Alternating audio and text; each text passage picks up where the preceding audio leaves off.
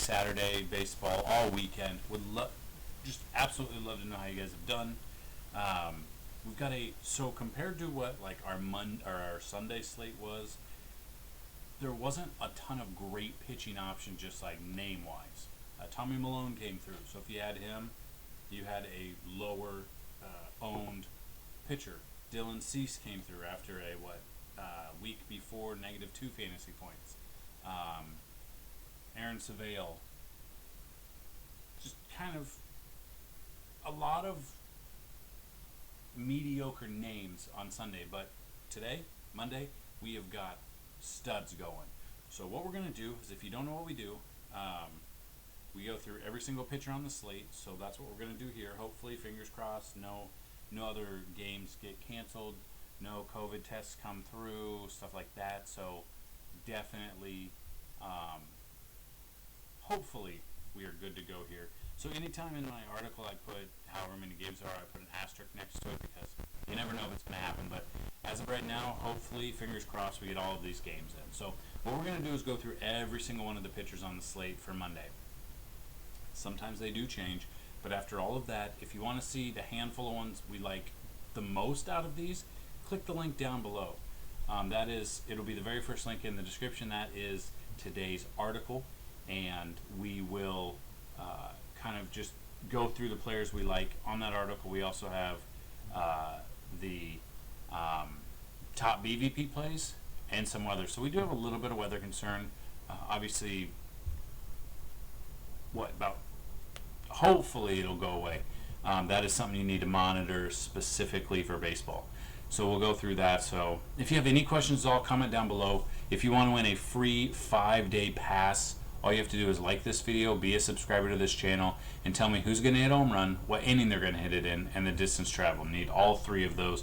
If you get it correct, the distance travel is a tiebreaker, but just put the distance traveled in case multiple people put the same player. So let's just get started. Let's look at the weather first. We'll check out the weather just to see if anything's going on. So as you can see, it says no possible weather delay or rainout at the moment, but the Mets at Atlanta do have a 27% chance of rain. Cleveland at Cincy, 25% chance of rain. They seem like they have rain all the time. Philly at New York, 4% chance. Now, I'm assuming these right here have something to do with the tropical storm or the hurricane going through. I know Atlanta probably does. Not sure about Cincinnati or New York. It's tailing off. So possible. Definitely pay attention throughout the day. Wind could be a factor. Rain could be a factor. But other than that, we should be good to go. This could change though. So I'm not sure about on Draftkings, but on Fanduel, if you want to get any shares of Sonny Gray, which you do, you have to play the all-day slate, which starts 25 minutes earlier than the main slate at 7:05 Eastern. That being said, most of the lineup should be out, so you should be good to go here. So you're not going to have the same, I guess, the all-day slate won't have the same huge GPPs if you're used to playing that, but hopefully you're not. Hopefully you're ready to go. You play the smaller ones, you bring home that bacon. But looking at this, Zach Plesac versus Sonny Gray. Sonny Gray has been absolutely on fire. Looking at Plesac coming in on the just a terrific start. A terrific start against the White Sox. 8 innings, 3 hits, 0 walks, 11 Ks.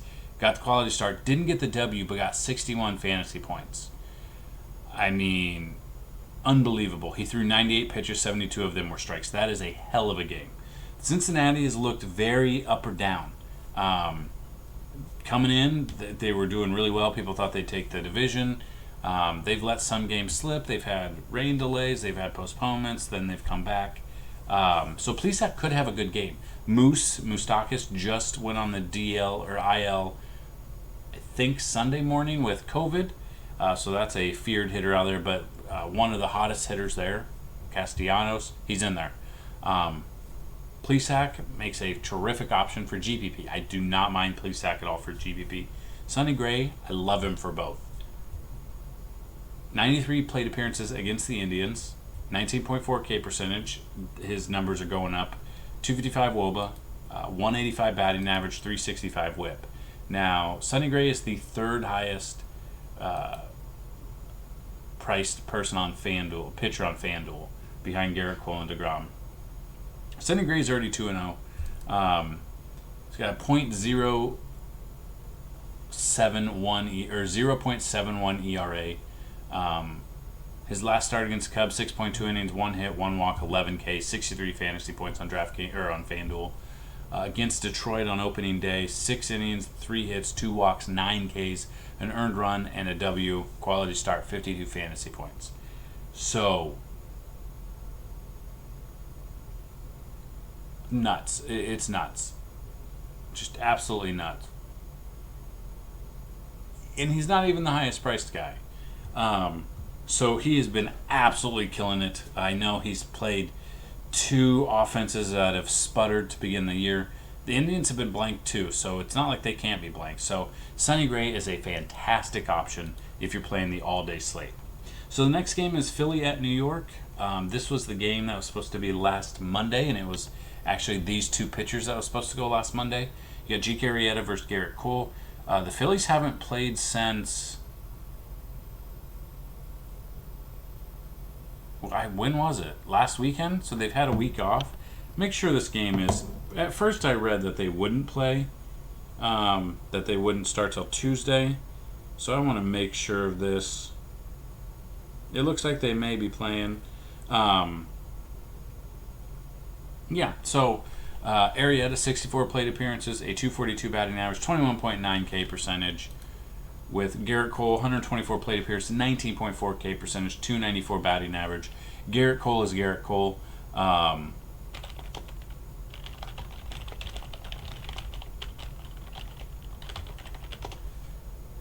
I mean, you're going to be paying. He is the highest priced player. Yeah, so they were supposed to... so this game was supposed to be moved to Tuesday, but according to yesterday, Phillies will play Yankees Monday after 2 of 3 coronavirus tests were false positive. So that's what I think a lot of these tests are going to be, false positives. It's a really crazy world. I mean, hell, Cespedes, the Mets didn't know where he was at. I cannot wait until the video surfaces of Cespedes in a disguise carrying his bags out, like running away from the team in the middle of the night. Cannot wait for that to come out. But if I'm taking one here in this game, Garrett Cole, absolutely Garrett Cole. Looking at, he's 11,000 on FanDuel. He's 500 more than Sonny Gray and 300 more than Degrom. You look at his numbers. Last start against Baltimore, 6.2 innings, got 42 fantasy points. Got the quality start, got the W. Did give up 3 earned runs. At Washington, obviously rain shortened, 5 innings, 1 hit, 1 walk, 5 Ks. 33 fantasy points. I mean, he's a stud. Garrett Cole, love me some Garrett Cole on this one. Mets at the Braves. You got Jacob Degrom versus Soroka. So you got the 2 aces of their respective teams in these 2 guys facing off. Degrom, 339 plate appearances against him. 222 batting average. 31.3 K percentage. The Mets have lost 5 straight. The Braves have won 5 straight. Soroka, on the other hand, 104 plate appearances, 232 batting average, 17.3% K. Could be a little bit higher. I understand that. So Degrom on opening day faced this team. 5 innings, 1 hit, 1 walk, 8 Ks, 39 fantasy points. That was on July 24th. When you go on the flip side, Mike Soroka,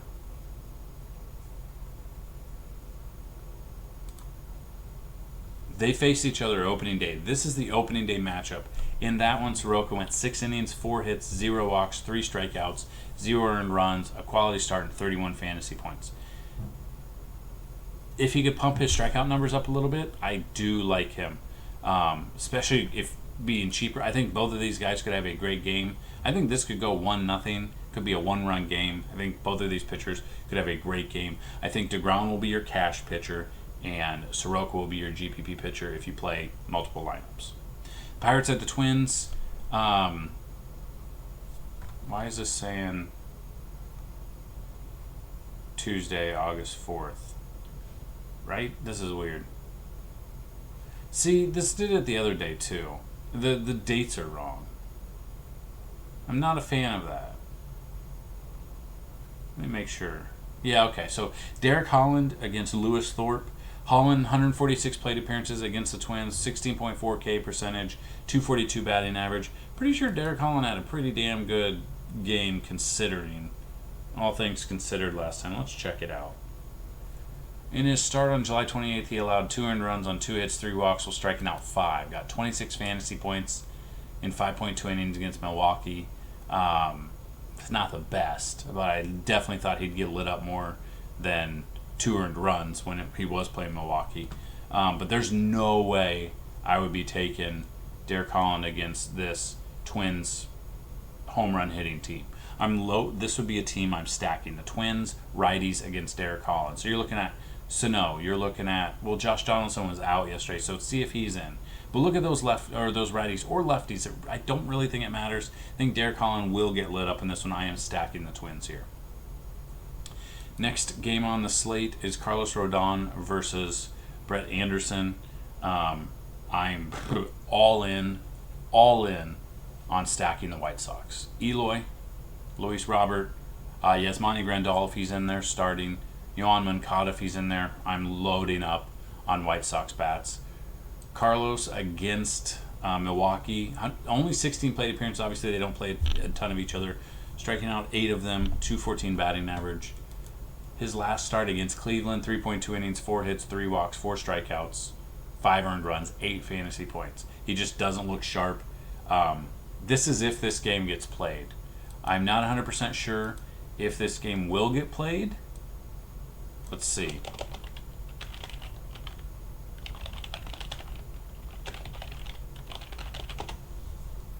Trying to see if any of their testing came back. Of course, there's no news. So not 100% sure if this game will get played. They obviously didn't play this weekend. But being in Milwaukee and not against St. Louis, this game should be good. If it does, I am definitely loading up on Brewers bats. I'm not. I could see this as a double game stack. 4 of each. If I am stacking more so, definitely the White Sox righties. The Royals at the Cubs, you got Danny Duffy versus Alec Mills. Duffy, 46 plate appearances, a 205 batting average against him.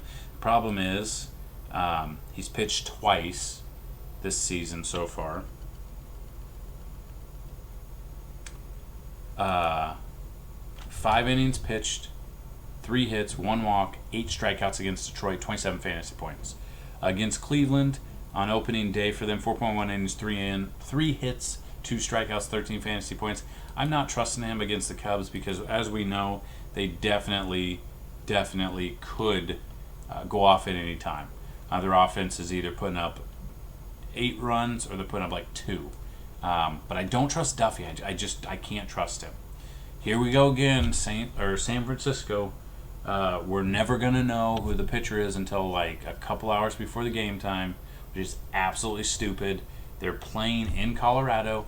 San Francisco's been pretty okay, but I just don't like how we don't know who he's going against. You wouldn't take either of the... I mean, Cincinnati had a great game, but Chichi against San Francisco, 34 plate appearance, 269. I mean, he's faced 1.5 starts worth of batters. You could put him in as a GPP, because his ownership probably less than 5%, and hope for the best. But stacking would be good. I think stacking's kind of let us down, though, the past couple of games. To be completely honest, we stacked both Colorado and San Diego. San Diego really didn't do anything. Colorado did. So, I mean, Colorado bats, you got Story, you got Blackman, who's been on fire, Dahl, Hilliard. It really depends on who they're going to be playing in left and center and second base. So, a lot of things to look over in this Rockies team. We just don't know who they're facing. And then you got the Athletics at the Mariners. You got Frankie Montas versus Justice Sheffield. So Montas is, let's see.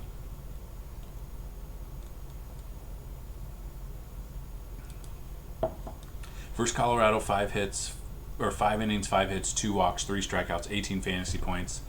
Versus the Angels, 4 innings, 3 hits, 3 walks, 3 strikeouts, 24 fantasy points. Against the Mariners, he's, in one start, 30.4 K percentage, 182 batting average. I don't mind that. The Mariners are hitting pretty well, though. That's the thing. It really depends on what we're looking at here. GPP-wise, Frank Montas is good. Cash-wise, no. There's zero chance you trust him. Against the Angels, Sheffield only lasted 3 innings in his lone start, 4 walks, 2 strikeouts, 4 earned runs, and only 3 fantasy points. I'm just not trusting a lefty against the righties in this Athletic lineup. So if I'm taking one, it would be Montas, but it would strictly be GPP. Then you got Walker Bueller versus Chris Paddock. Walker was on a pitch count or pitch limit his first start. I'm trying to see what he's been doing. Clayton Kershaw expected to rejoin Sunday, allowing the Dodgers to roll Kershaw and Bueller on consecutive days. Bueller was limited to 56 pitches over 3.2 innings in his first start of the campaign, but he should be able to raise that pitch count against San Diego. He should is the key term, meaning he's $10,000. He got 14 fantasy points last against Houston. San Diego's looked a little rough, especially in Colorado. They didn't really show up like they thought they would. It might be the altitude. They're not used to going there recently. I don't know. If Bueller could get his pitch count up, if he could go at least 5 innings, probably hits for value. I guess kind of wait throughout the day, see if there's any news that comes out. See if there's any news that comes out first regarding, hey, he's only going to pitch 50 pitches or whatever. Chris Paddock, on the other hand, against the Dodgers, 48 plate appearances, 268 batting average. They're moving to a pitcher park, pitcher-friendly Petco. Paddock didn't factor in the decision his last start. Against San Francisco, 5 innings, 6 hits, 6 strikeouts, 2 earned runs, 27 fantasy points. His first start of the season against Arizona, 6 innings, 4 hits, 4 strikeouts, a quality start, a W, and 40 fantasy points. I don't mind Paddock as a GPP just because he should be low owned, especially against the Dodgers, but don't expect him to have a monster game. I would take, in this matchup, Walker Bueller cash, Chris Paddock GPP. So this video is already 18 minutes long, so I'm going to end it here, but you can check everything out on the website. Click the link down below in the description. That'll have the article. You can see out of all these pictures who we like on there. It shows top BVP. It gives an example of our Bacon station with all of the stats from second or third day of the season. And it's going to be really tough to not want to stack the Yankees against Arrieta, not want to stack Minnesota against Garrett Cole. All the righties you can get in there. It's going to be hard not to want to stack the White Sox against Brett Anderson. I don't care about the numbers there.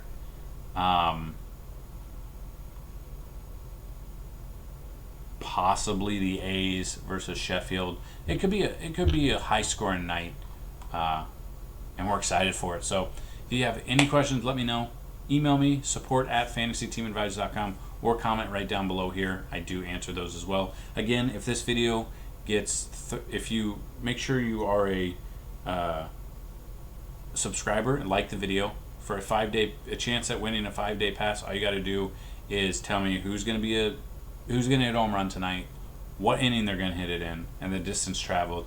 And if this video gets 30 likes before first pitch, we'll give out a Fanduel and Draftkings GPP lineup. We'll pin it down below. So good luck to everybody. Let me know how you did over the weekend in any DFS sport you did. So I got, guys, good luck today. And as always, bring home that bacon. Peace.